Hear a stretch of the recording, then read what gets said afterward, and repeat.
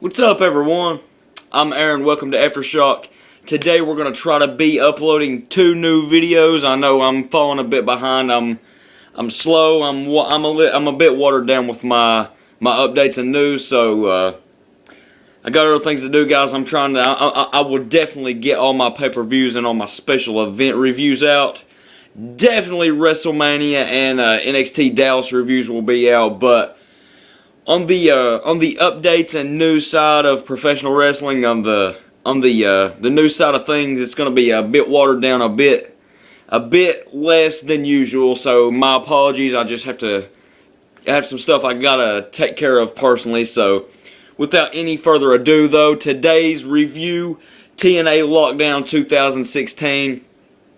And if I say so myself, it was not the greatest, but it was definitely a really good event for TNA. So let's get on into it. The first opening match was Beer Money versus Eric Young and Brown.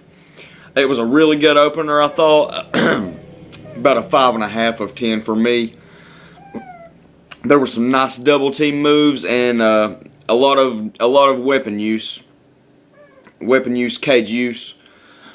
At the end of the match, Beer Money took it with the DWI, the drinking while investing. I always like to see that move, and I'm so happy Beer Money are back together. I actually think that's gonna get a few extra draws for TNA.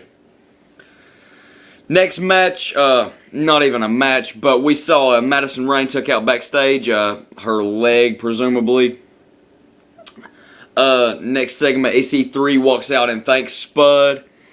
And his words with Hardy saying the cage is his hell on earth, which I thought was pretty cool.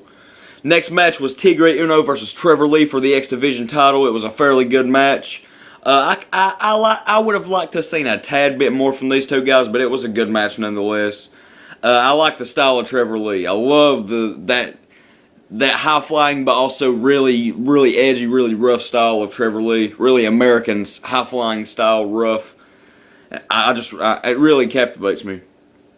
Uno hit a flying crossbody from the top of the cage, which was really cool. But Trevor Lee retains the X title with I call it God's last gift, because I think that's what Seth used to call it back when he was Tyler Black, the Fisherman's brainbuster type deal leg hook. Jimmy Havoc and the Decay angle continues backstage. Next match was the Dollhouse versus Gail Kim, Velvet Sky, and Madison Rayne in Lethal Lockdown. Gail and Jade started the match, followed by Marty Bell entering, and then Velvet Sky, and then Rebel. Maria teased an entrance in place of Madison Rayne, but didn't enter, as her heel self tried to swerve the crowd, swerve the fans. She ended up not entering the cage, just a teaser. The Dollhouse have a 3-on-2 advantage at this point. Nice use of weapons from the cage. I thought one point that kept sticking out in my mind was, what if they don't use? They need to make use of these weapons. What if they don't? But they actually did pretty well. The Dollhouse win via a package pile driver from Jade to Gail Kim. About a 6 of 10 for me. The match wasn't all too bad at all. Kurt Angle enters the cage to talk about his last matches, with Lashley interrupting, getting his head and fire him up a bit.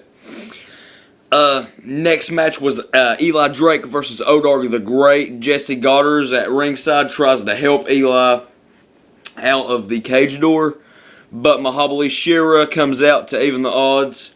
O'Dog ends up winning via an escape from the top, but gets unmasked. Everyone sees it's Grado finally. The match wasn't a show stealer by any means. It was about a 4.5, 5 of 10 for me, but I understand where the direction they're going with the Grado. I actually think Grado was a very valuable asset to have in TNA, so I understand. Next segment was the Decay attacking Jimmy Havoc backstage, and straight after the next match, EC3 versus Matt Hardy for the world title. Fans are really getting behind EC3, and I definitely think EC3's trying to get more over as a babyface with the fans. So that's awesome, because we all know Matt Hardy is a wonderful heel.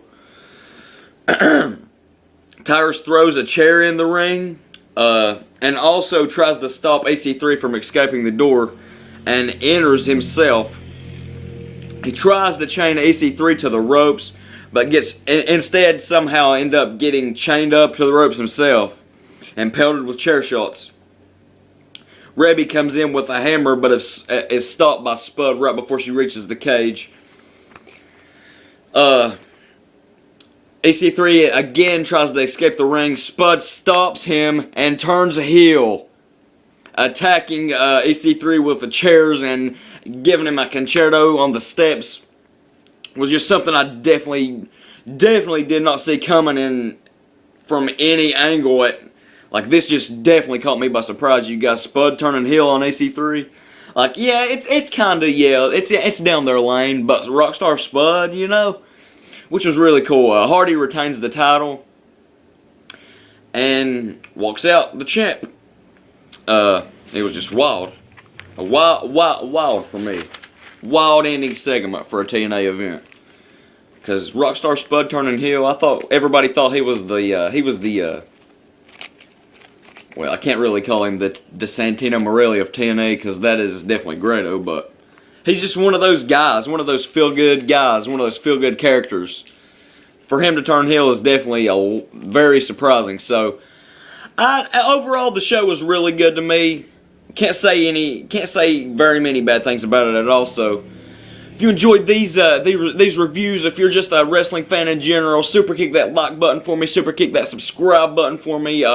Post it to share it to your Twitter, Facebook, anything, so maybe another wrestling fan can see. If just one wrestling fan in the world sees this video, then I'm getting my job done. So, I'll catch you guys next time. Peace out, guys.